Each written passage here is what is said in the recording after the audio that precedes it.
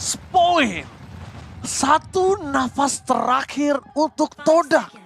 Dan ingat, ini tidak ada lagi kesempatan untuk mereka bisa melanjutkan jenjangnya di MSC kalau mereka tidak mendapatkan poin ini. Tapi ini akan menjadi satu slot yang sangat mahal untuk Echo.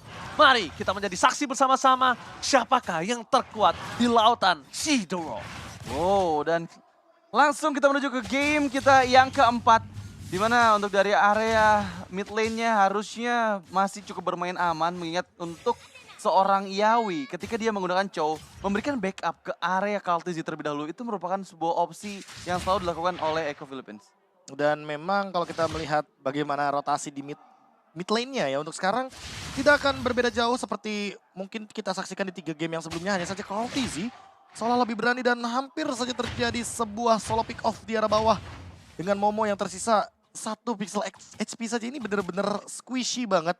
Karena udah 2 kali kayaknya pasif dari Yuzongnya keluar. Ya, tapi Ferdin pun udah mulai mendekat ya. Kaltizi udah mulai mendekat ke area bagian bawah dan ada recall yang dilakukan di dalam bus di area outer turret sana. Astral recall dikeluarkan, tapi backup dari rival sudah mulai menuju ke arah bagian XP lane. Alright, kembali terjadi kali ini. Kita informasikan karena memang sebelumnya kita sudah sampaikan ya. Kalau misalnya Kaltizi sebelumnya berhasil break the GPM tapi dibalaskan langsung oleh seorang Benny Kitty. 942 sama 947. Cuma beda 5 gold loh. 5 gold itu langsung ini ya, jadi top 4 dipegang Echo semua ya. Makanya. Ya nggak Radit? Nah bahkan kalau gitu kita lihat di sini di mana langsung ada seorang Yums yang mencoba untuk memberikan sedikit distraction. Kenapa Radit? Ya, nggak apa-apa. Ada gangguan aja tadi. Ada gangguan dari aja Yums tadi. ya. Iya bener banget, tapi aku dari tadi belum lihat nih ya, ada performa dari Chiku guys, yang dimana dia bisa memenangkan laningnya. Kita tahu Chiku adalah seseorang yang selalu mengeluarkan gameplay high risk, high reward. Bikin move lah. Bikin moves, tapi belum kita lihat sama sekali selama 4 game berjalan di match kita yang pertama. Dan ya, Sunford kembali membuka Black Dragon formnya untuk mensecure Turtle kembali menjadi milik Kaltizi. Wah, ini kalau kita berbicara lagi dan lagi, Black Dragon Transformation yang dibuka oleh Sunford selalu menjadi vision utama ketika Turtle-nya pun ready. Dan dia tidak pernah ragu, bahkan timing Turtle muncul, dia langsung Black Dragon Transformation. Seko nggak ada siapapun di arah top lane, sepi. Dan Yawi sudah mengetahui bagaimana deteksi dari Novaria yang begitu powerful, begitu jauh, begitu luas areanya. Jadi dia mainnya sedikit defensif. Mungkin karena dia juga melihat bahwa Yums adalah sosok pick over yang begitu offense. Makanya dia lebih main defensif daripada dia harus maju ke depan. Oh termakan dalam lamunan kali ini dari Yums. First blood kembali di tangan dari Echo. Dengan adanya 4 game terjadi. Untuk match pertama kali ini full dominasi dari Echo sebagai pemegang first blood-nya Radit. Ya, pemegang first blood tertinggi di MSC 2023 Echo Philippines. Dan sebenarnya ketika Black Dragon form ya dari Sunford-nya ini dibuka pada saat Turtle, ini sebenarnya bisa dipanis kan Be untuk area XP lane dari Echo-nya? Iya sebenarnya kalau misalkan memang 4 playersnya lagi ready bisa banget. Tapi masalah utamanya kalau Petrify-nya Sunford yang ready malah jadi setup buat Echo. Jadi mereka kayaknya nggak mau ambil resiko tersebut dan menunggu potensi agar nantinya ada pos yang bisa dimanfaatkan. Dan lihat Sunford 1v1 di arah bawah hampir take down solo. Ini yang aku maksudkan. Ketika Sunfordnya nggak punya Black Dragon Transformation, itu adalah timing terbaik agar nantinya Sunford di take down sebelum Turtle yang selanjutnya muncul. Iya, karena Post Turtle ya. Post ya, Turtle. post Turtle-nya harus inisiasi ke arah explain dari Echo Philippines. Kaltizi, Sanji bergerak di bagian mid lane, Astral recall hanya untuk clearing minion. Tapi Sanji memegang heavy spin. Ini yang jadi tanda tanya besar nih. Kalau misalnya mereka coba untuk team fight lagi, ada 2 heavy spin di sana dan akan ada chance keuntungan dipegang sama Echo Philippines. Oke, ngomongin keuntungan chance yang dimiliki dari Echo Philippines, ini setidaknya jadi 50-50 lah dari 60-40. Karena 60-40 kenapa Todak, ya kita tahu balik lagi rival akan coba di poking damage-nya, bakal coba dihajar full damage, full invasi, menuju ke arah Sunford, bakal coba dibendung, masih ada Momo di depan sana, dan bahkan mereka akan menukar dengan seorang Sunford dengan Turtle yang mereka miliki. Mau tidak mau, tapi di arah top lane, Benny Kitty mencoba mendapatkan 1 poin kill dan bahkan rival yang harus hilang oleh seorang Sanji dan juga Kaltizi. Waduh. Oh, almost is never enough. Chiku guys, nggak can't pulang. you do it? Dia nggak pulang. Akankah coba dipaksa? One last hit, Benny Kitty berhasil men-take down Chiku guys. Menurut aku agak cukup greedy melihat dengan ya. adanya turret yang masih punya platingan yang masih harus dikeluarkan oleh seorang Benny Kitty. Masalahnya perbandingan HP dari Benikiti dan juga Chico Guys ini terlalu jauh. Dan kalau tadi kita sedikit miss vision di arah top lane, yang terjadi adalah Yawi flicker, Yums-nya flicker, Divine Judgment-nya Yawi ini, Divine Judgment-nya Yums ini kena Benikiti, The Way of Dragon-nya dari Yawi kena Chico Guys. Jadi sama-sama kena pick off dua-duanya gold laner-nya. Hanya saja tidak tertangkap kamera karena di Turtle juga lagi ada action. Double action yang terjadi menimbulkan keuntungan yang luar biasa bagi Echo. Karena apa? Karena Sunford ditukarkan dengan Turtle yang kedua dan juga Benikiti yang mendapatkan 3 poin kill sampai di menit yang kelima saat ini. Wow, itu benar-benar keuntungan early game yang maksimal untuk Echo Philippines. Dari segi objektif mereka mendapatkan semua turtle-nya selama 5 menit waktu permainan kita berjalan. Dan gak hanya itu, di sisi lain lagi-lagi Chico terkena pressure yang begitu besar. Forman move sekarang dari Todak Philippines. Oke, Sunford berubah menjadi Black Dragon Transform. Fokus ke arah Chico Guys, pun akan menjadi pilihan utama. Dan bahkan di depan sana Flicker harus dikeluarkan dan itu adalah salah satu source yang cukup mahal. Melihat akan ada teamfight kembali terjadi, Sanji is coming up.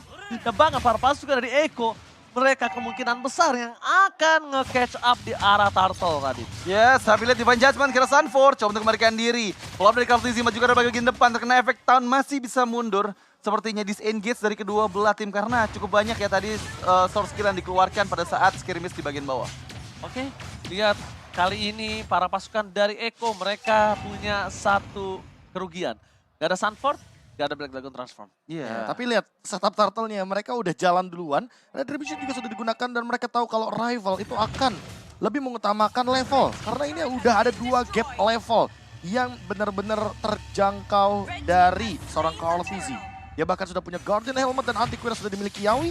Jadi mungkin ke depannya kita akan melihat bagaimana Momo.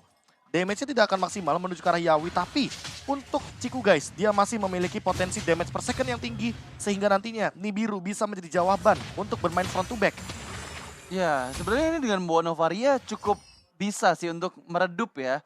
Pick off strats yang dimiliki sama Echo Philippines. Karena mau nggak mau mereka harus bisa mencari positioning bus yang nggak kena Astral Echo ketika diproyeksikan oleh seorang Moon. Tapi di sisi yang lain, ini pada saat nanti team fight, Moon-nya harus bisa escape dari Black Dragon Transformation. Karena selalu menjadi target utama dari seorang Sunford.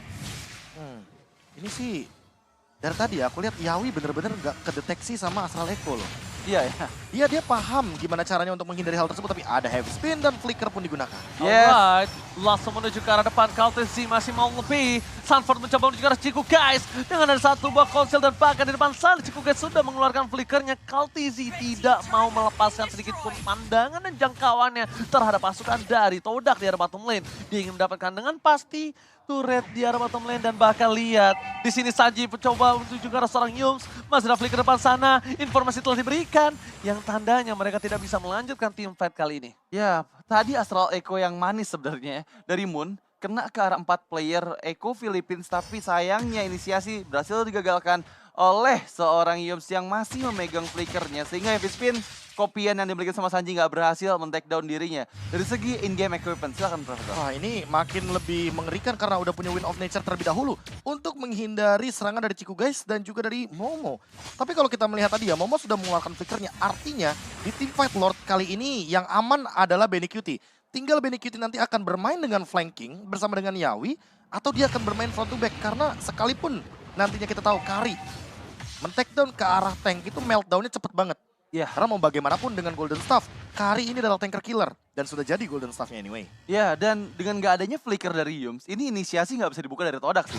Dan mau nggak mau mereka harus bisa set up Lord-nya sebaik mungkin agar setidaknya ada player yang mendekat ke area semak-semak yang ada Yums ya, council play. Dari Yums, engage ke arah belakang sana, coba untuk mencari targetnya tapi diketahui oleh Kartizi dan langsung digagalkan council. Oh, solo pick off.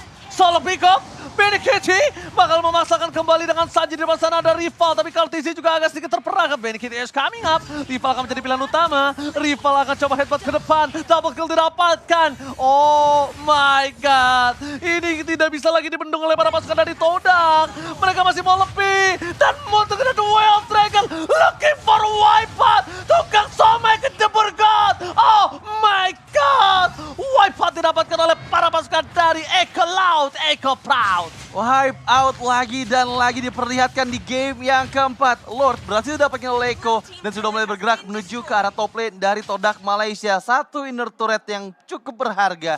berhasil dihancurkan dan membuat pertahanan dari Todak akan semakin rapuh lagi pada saat Lordnya mendekat dari sisi top lane sana. Wah ini ketika Ciku guys yang nggak punya flicker. Lihat Sunford zone outnya bener-bener gila banget sampai paling belakang sekalipun. Dan ini Ciku guys dibuat di menit yang ke-10 baru punya Malefic Roar. Jadi bener-bener under banget conditionnya. Sunford, Petrify walaupun belum ready. Dia udah mulai set up. Belum ada Dragon Transformation dan ini mungkin akan jadi momen untuk Yawi dengan flickernya. Oke, duel Tracker berhasil di follow up begitu saja. Para pasukan dari Echo, mereka tidak mau terlalu terburu-buru. Bahkan Yawi yang almost take down. Ada sebuah rival, tapi masuk ke dalam kandang yang salah. Ini kandang Pause RK yang membuat dirinya harus tumbang dengan sangat instan. Almost is never enough. Asal recall-nya ada bakal Sanchez double kill. Apakah ini akan menjadi one strike push? Karena tersisa Yom, Ciku guys dan juga Moon yang bakal di-all-in begitu saja oleh seorang Sunford. Instant pick off kembali dan bakal Sunford harusnya hilang kah?